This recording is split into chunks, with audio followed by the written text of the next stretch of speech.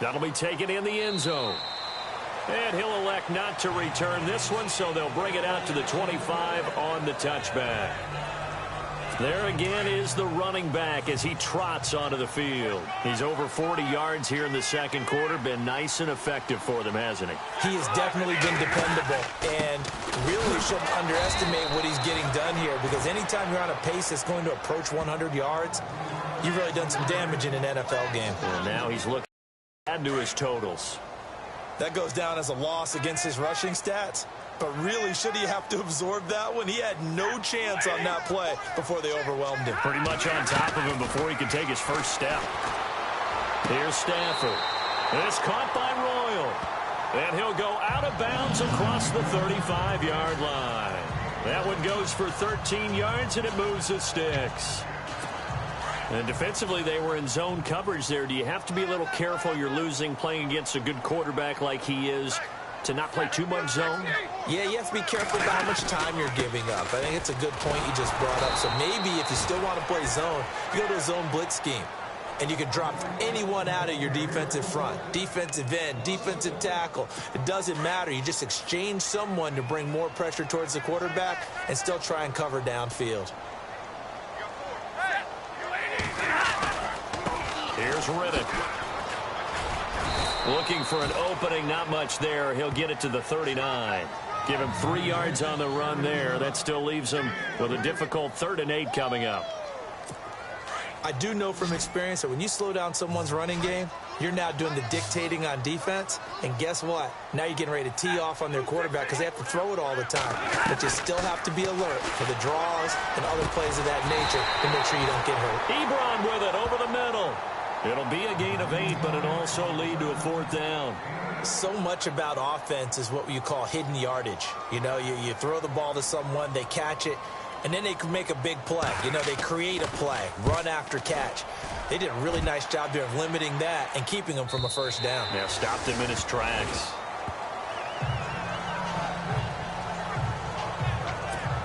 And now Cleveland geared up to take the field. And still a lot of football to be played in this season. We're only in November. A lot can happen between now and January. But if it ended today, they would just be on the outside of the playoff picture looking in. So a lot to fight for.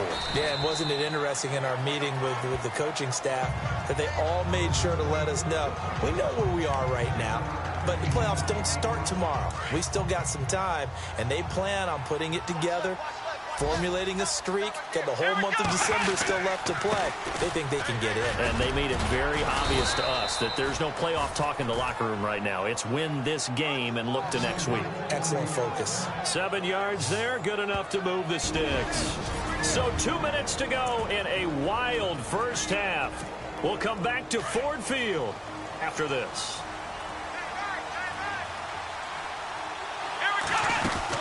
They keep it with Crowell on first. And able to break one tackle, but then quickly brought down. But a nice little gain. 9 yards is the pickup there, and they'll have a 2nd and 1. You know what really fires up offensive linemen? When the guy that is carrying the ball behind them can create his own space and break a tackle along the way. Now a 2nd down throw for Kaiser. And Bryant's got it over the middle. And he'll be brought down just shy of midfield at the 49-yard line. It's a pickup of 6 and good enough to move the chains.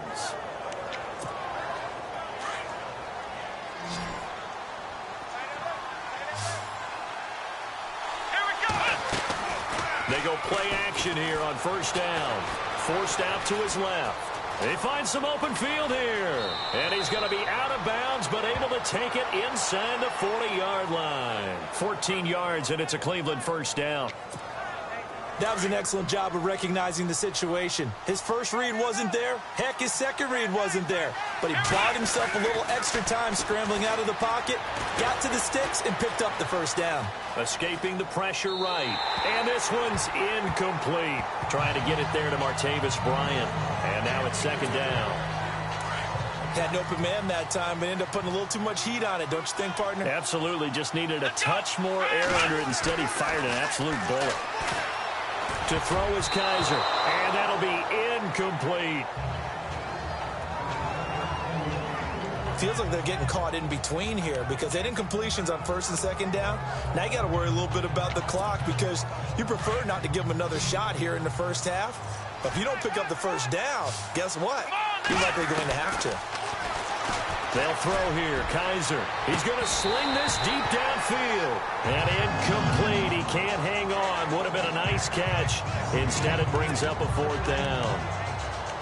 It's been this way most of the afternoon, hasn't it? This secondary, they really put this receiving core on lockdown. Listen, they've worked together like a basketball team that's playing excellent defense. Great communication. Doesn't matter whether it's man or zone.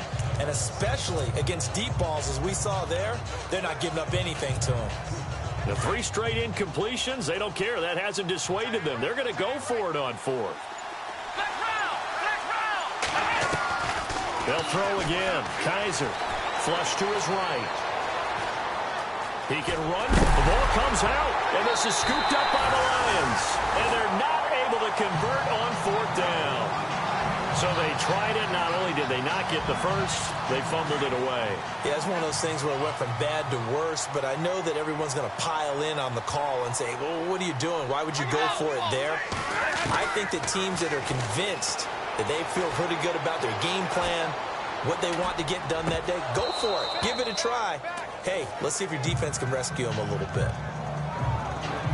So many offenses want to include their running backs into their passing offense and be able to swing the ball out or check it down to them.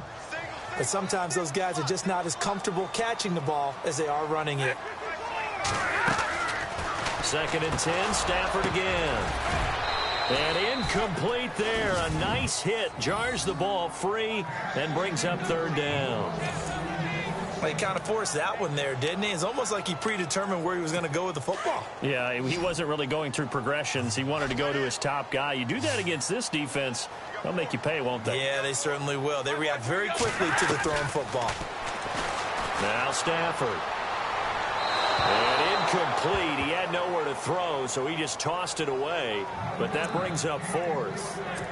I don't know. He had to be pretty quick with his fingers to start and stop after the ball hit the ground. I'm giving him some credit. Well, I'm thinking about the mental focus, you know? Yeah. The mental focus of the whole that's thing. true. Got to stay with it. That's true.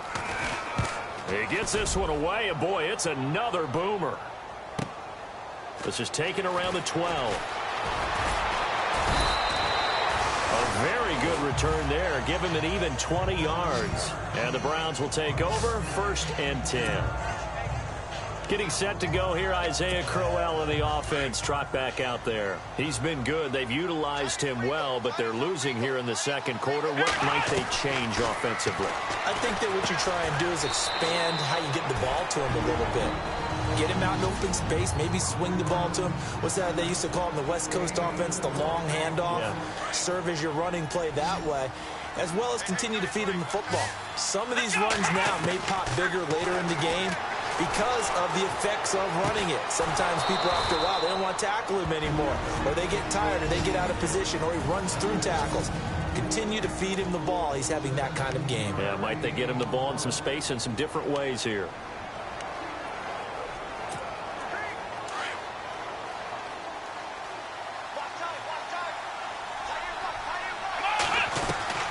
Kizer now to throw on 1st down. He's going to leave this for his running back. It's complete. Now a timeout. 7 seconds left in the 1st half.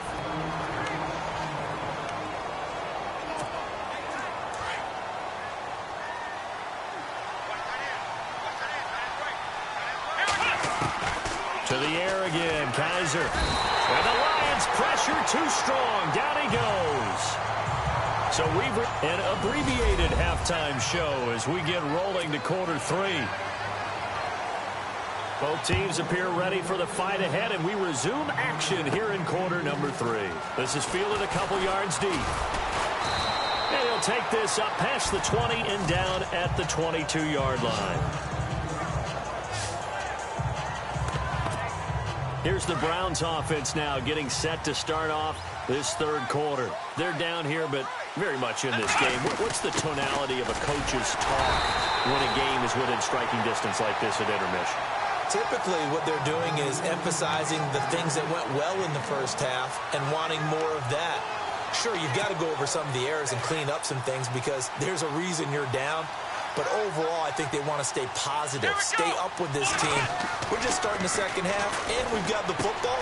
Let's go ahead and punch it in, and then we'll take it from there. See how that recipe works. And he's going to be taken down with a marker on the field. So let's see about the call. So a decent gain, but all for naught on the penalty. It's too bad, isn't it? They were feeling pretty good about it. The only people celebrating, the guys who just gave up that play.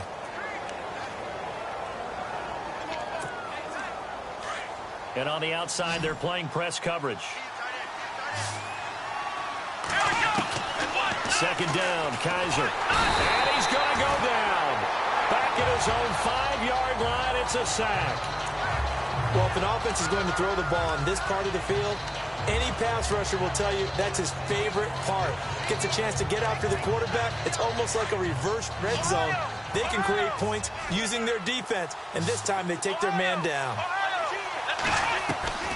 Third and long for Kizer. And that is incomplete. Man, it looked like he had his hands on it for a moment, but let's face it, that was going to be a tough catch all the way because of the presence of the defense right there as he was trying to haul it in. Yeah, nice job to force the incompletion. And he's able to get it out of there, and this is a pretty good kick. Now it's Tate. A quick feed from Tate. Still shedding tackles. A tremendous return there, 39 yards. And the Lions will have excellent field position here as they take over 1st and 10. So we're going to look at the Lions offense as they get ready for their first possession of the second half. They were forced to punt last time, and I doubt sincerely that they'll have to punt here because they're gifted with terrific field position. I don't even want to think about the idea that they would end up punting starting with this type of field position. Neither do they. Great starting spot, great opportunity to run your full playbook. If they want to take a shot here, they can go ahead and do it. And when you're playing a quarterback with some experience and some moxie, you enter the danger zone when you decide to blitz him because if he's able to diagnose as he did on that play, he can hurt you downfield. He reads defenses so well, doesn't he? He really does, and the best part about that play for him, I don't think that was his primary target. I don't think so either. I think he had the read, figured out where the blitz was coming from, and went to a secondary target for a really nice gain.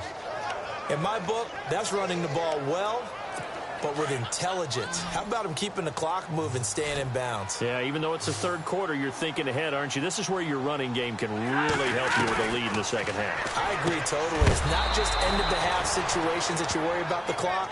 It's throughout the game. And with a lead, stay in bounds. Make them fight harder to try and catch you. Really good defensive effort. They were all over that little swing pass out to the right side before lost yardage.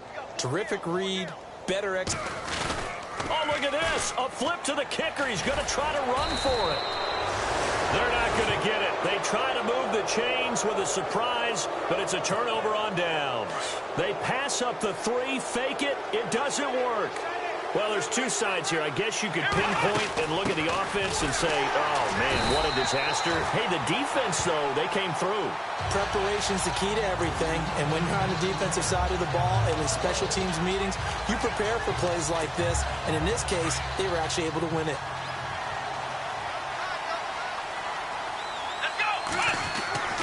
Kizer now. And that is incomplete. Well, they're slinging it, and then there's one you got to put a timer on, huh? I mean, that one came in hot. That came in hot, but overthrown out of his reach and incomplete. Now Kizer. Trying here for Bryant, and it's intercepted. Picked off by Tahir Whitehead. And they have the football and will set up shop at the 33-yard line. Should their woes on offense continue, that's the second pick thrown here in the third quarter. And we know it was ill-advised, but that was an opportunity to help them get back into the game. Instead, he throws another interception, and now their task is even tougher. It's a gain of 11 yards that time, and it produces a new set of downs. Partner, it's a lot of fun watching the NFL now, isn't it? Because when the big fella runs routes, it used to be when we were kids, he'd run about 3 different routes, and that was it. Now he can run anything and catch the balls we just saw there. On the ground, it's Reddick. And he's going to lose yardage and be backed up to the 25. The #1 overall pick, Myles Garrett, showing why he was the #1 pick as he gets him behind the line. It's real easy to say this running game needs to be better, but the reality is they've been given little time to actually find a place to run the football. It's almost like the defense is there on the handoff. Going to throw deep into heavy traffic, and it's intercepted. Picked off. It's the Pro Bowl corner, Joe Hayden, with it. This is such a good read defensively. They know that this offense is going to try to get the ball to their playmaker in space. So what do? They crowd him and send bodies at him. And this one winds up being intercepted. Following the interception, Kaiser. That's caught out left by Perriman. 23 yards on the play. Right after the turnover, they come out throwing. And that means it's a sudden change situation. We used to practice it on defense. Sudden change, get out there, stop the offense. But you typically run out there a little bit unsettled. I think that's why he came right out throwing the football, hoping to catch him off balance. And he did. And he'll go down right around the 47 this time. It'll be a gain of 4, and it'll bring up a second down. I know most of the time when the ball's in the air, you're thinking wide receiver, tight end, but running backs, they can be a big part of any passing offense nowadays. And under the Lions' pressure, he's brought down. Armani Bryant in there to sack him for a loss of 6. Great job defensively. I think he was trying to go through his progressions, find someone to get rid of the football. Before he knew it, he was on his back. So that just brings us right back to what you said in the beginning. A great job defensively. Nowhere to go with the football. That led to the sack. And he's got the first down before being taken down at the 46. The Browns passing game finding its stride. They've got another first down. Great change up there on the route and got that inside release, made it a successful pitch and catch. Well, the first thing you want to do is have him thinking that you're going outside, make a move in that direction. Then you really don't run the route against the whole body of the defender. You run against a half of him, and the inside half, and he took it right across his face, got inside, and won that route in a big way. Oh, he's got a man wide open, complete. And he's going to get this inside the 30. The Browns passing game finding its stride. They've got another first down. Well, this is how you shake the thoughts of that interception on the last drive. You come out and start this one 4 for 4. And watching him throw it around with that type of confidence reminds me of a guy I played with way back when who told me, I don't care if I throw 10 interceptions in a row. I'm going to stay confident, keep flinging it. I just figured there's something wrong with the football. And he's going to take this down to about the 17. Give him 9 on the carry that time, and they're set up with a 2nd and 1. That's a strong pickup right there on first down. And as this drive goes on, we're seeing an offensive line and running game imposing its will. Kaiser flushed out right. And he will avoid the contact as he slides to a stop. Kaiser showing what he can do with his legs. It's more than just the arm. He scrambles and picks up the first. Partner, he was going through his progressions. Not there, not there. After about the 3rd one, he decided he better pull it down and run for it. And he slides down and avoids the hit for good measure. And the ball is knocked out. And this is scooped up by the Lions. And a big turnover there as his guys will get the football back. He doesn't get many opportunities to carry it, so he's got to maximize. In this case, after dropping it like that, I think his number's going to go way down. What do you think? Yeah, and sometimes those fullbacks, let's just be frank, they usually don't have the hands that the running back does. And it's hard for them because they do so much blocking. A lot of times, their hands actually get beat up in the process. Back now at Ford Field. It's been a very hotly contested game to this point. Just a field goal separating these two teams as we get set for the 4th quarter. All right, boys, here we go. 260. Play action. Stafford. Wide open receiver complete. A really good pickup of 28 yards. Some good games going on in the early window. This might be the best of the bunch. Now Riddick. Oh, he's got a little daylight. And he's taken down, but not before he gets this into enemy territory across the 40. That one good for 33 and a first. Do my eyes deceive me, or is he getting stronger as this game moves along? Burst seems just as good here in the fourth as it was way back in the first, doesn't it? I do believe someone put a lot of time in the offseason and continues to condition during the season in order to continue to carry the ball at this rate. Second down following the run.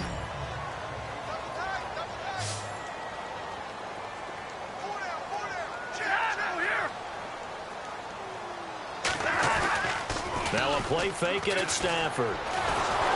Blitz coming, and down he goes. Christian Kirksey in from his linebacker's spot. He's able to drop him for a loss of about 10. Well, that play was the very definition of fast, quick, and in a hurry. Suddenly, he was there. Yeah, blink of an eye. That happened fast and a big sack. Now Stafford out to the flat for Reddick. And he was able to shed the tackle, but the reserves come in for the stop. It's a 4-yard pickup, and that'll bring up fourth down. Well, that's certainly playing down in distance very well by the defense, isn't it? Take whatever you want underneath, by all means.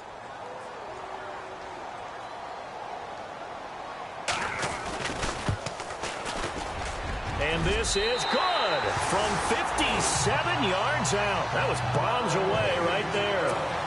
So they get the 3 here, but you wonder whether that's going to be enough. Yeah, I mean, you've now made it so they need a touchdown rather than a field goal to catch them. But you're right. If they'd gotten 6 out of that drive, this would be a much different game.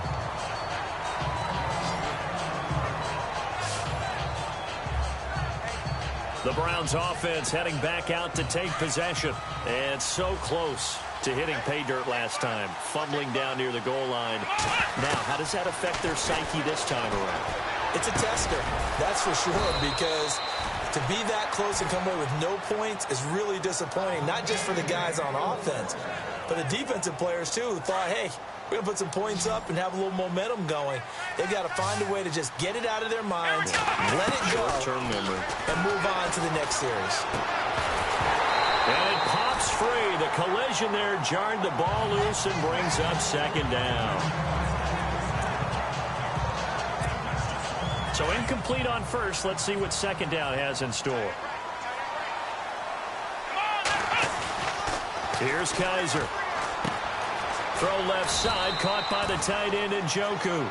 That catch good for 5. It's third down. Well, the strategy was evident there. Get it to your tight end and make it a one-on-one play with a cornerback. Who's usually going to win that one? The tight end, but not there. Not in this situation. How about the corner defeating that logic and making a really nice tackle? He completes it to Bryant. And he's got the first down, yardage before being taken down at midfield. 9 yards on the pickup there, and it keeps the drive alive. But give the defensive guys a little bit of credit. They didn't let the deep ball beat them on that play, did they? No, the drag, that guy can be your safety valve. And no escaping this time as he'll go down. They got him for a sack. Akeem Spence breaking through to get him for a loss of 7. The amount of sacks that they've absorbed in this game is absolutely extraordinary. Let's just face it. This offensive line, flat out, cannot handle this pass rush. It's been demonstrated time and time again. A screen complete to Crowell. And he'll get it out a couple yards shy of midfield at the 48.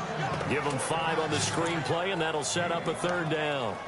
I wonder what was going through his mind when he got the play call. He just got sacked on the previous play. He knows they're coming after him again. A little bit of guts to stand in there, take the hit, and successfully complete the screen pass. Really well done. Bryant has it. And this time he's able to take it down to the 42. They do get 9, but it leads to fourth down. Tell you what, he's been able to put the ball in some tight spots all game long. That throw, no different. Yeah, a lot of people would call it a gutsy type of a throw. I think he looks at it as, I can do it, so it's not that big of a deal to me, and I'm going to keep firing. 1 score down. Here we go. They're going to go for it here on fourth down. Kaiser to throw it. That is caught. It's Perriman. And he's got the first before he's brought down at the 39-yard line. Give him 3 on the play, and they're able to pick up the conversion here on fourth down. Fourth down, trailing in the fourth quarter. They felt compelled to go for it, and they got it. Well, I'd look down at my play sheet, and what I would find, Plays have been successful throughout the game that have worked at the distance you need, and that's exactly what they got done. And he's going to get this down near the 20-yard line. The Browns' passing game finding its stride. They've got another first down. Time starting to run out here in the fourth. This defense just trying to keep the offense off the board and preserve this potential victory. To throw, Kaiser. Throw right side to Perriman, and it's caught. And on this one, he'll get to the 15, right at the 15-yard line. A gain of 6 there on first.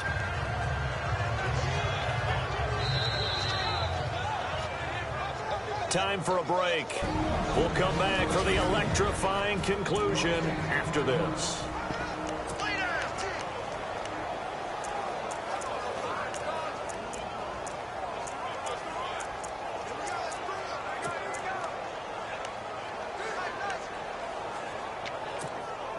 So the Browns in possession of the football here as we get you reset. And let's see what they've come up with offensively after having time to talk it over. On second down, here's Crowell. And he'll push his way up to about the 14. Just a yard on the pickup there, and it'll leave him with a 3rd and 3. This is what happens sometimes when you abandon the running game. It's hard to get back to it because once guys get out of that mentality of firing out and hitting people, hard to get them started again occasionally. The Browns on 3rd down, 5 out of 9 thus far. This time it's 3rd and 3. He's back to throw. His pass caught at the 4. And he'll take it into the end zone for a Browns touchdown. Josh Gordon, his 3rd touchdown now on the year. And the Browns are an extra point away from taking the lead in this game. And it is good. So they take the lead, and now the pressure falls on their defense to try and hold on. Gonzalez now to kick this one away. That'll be taken in the end zone. And he'll elect not to return this one, so they'll bring it out to the 25 on the touchback. So the Lions offense ready to go back out onto the field. And fortunate to get points on the board last time. They had to hit a really long field goal to do so. The kickers in today's game are so good and so skilled and hit from distances that we almost start to take them for granted. And we can't do that. That's a long field goal that they got 3 points out of. They've got to feel good about that, and they better make sure they love him up because he's helped them out. Yeah, now we'll see if that offense can put 6 on the board here. We'll see. Work with me, partner. Take a deep breath because that's what they're doing down the field now. That incompletion allowed them to exhale a little bit. Get in the huddle, kind of scan the crowd, see if any celebrities are here. Relax a little bit as they start this big drive. They'll look to throw. To the right side to Eric Ebron. Stafford finding his big tight end Ebron for a Lion first down. That's what they need right now. Get the first down, get out of bounds, stop the clock. Just playing smart football, understanding the situation, making the plays necessary, and making sure that clock stops at every opportunity. Back to throw. He couldn't quite hold it. Got hit. Ball pops out, incomplete. You get a tight end like this, and you know he's used to dishing out punishment, but here, he's one that has to absorb the contact, and as a result, unable to hold on to the football. Second down now after the incompletion. Looks like the defense in press coverage here. Back to throw. He hits Riddick underneath. Now whistles come in. We're going to get a timeout here by the offense, as they'll talk it over here before what will be an important 3rd down. The Lions on 3rd down. A pretty woeful 0 for 5 thus far. This is 3rd and 7. He'll look to throw. Now he'll dump it underneath to his running back, complete. And he's going to have a first down as he's brought down at the 44-yard line. He goes for 18 there as the drive will continue. Now it's Stafford. And he can't get a throw off. He's taken down. What a huge play at this point in the game. Larry Ogunjobi in there to record the 2nd sack of his young NFL career. Here's Stafford. Ebron caught left side. And here he'll be brought down a little shy of the 35 at the 36. They get 16 out of that one, but they'll still need to convert on third. Throwing is Stafford. Throwing for his running back, and he's got him complete. A pickup of 5 that time and a first down. That's exactly what Detroit wants to do with Theo Riddick. Find a way to get him the ball on third down out of the backfield. Man's got excellent hands. The numbers bear that out. 2 years ago, led all running backs with 80 catches. 10 games last year, 53 catches. Stafford now to throw. Oh, a battle for it here, and this will be caught. Now before the second down, we'll get whistles and a timeout, as the clock will stop with 21 seconds to go in the football game.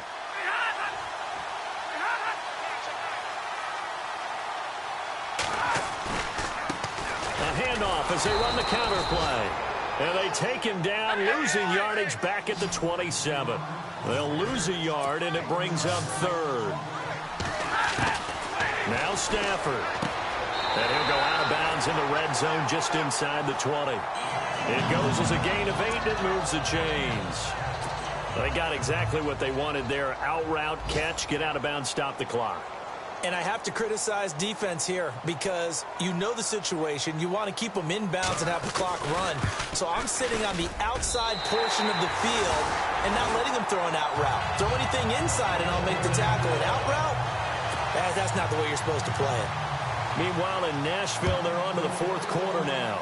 Late stages, and the Titans now out in front. Marcus Mariota with 1 touchdown pass thus far. Well, this one, partner, was fun down to the very end. They got the points late, right before.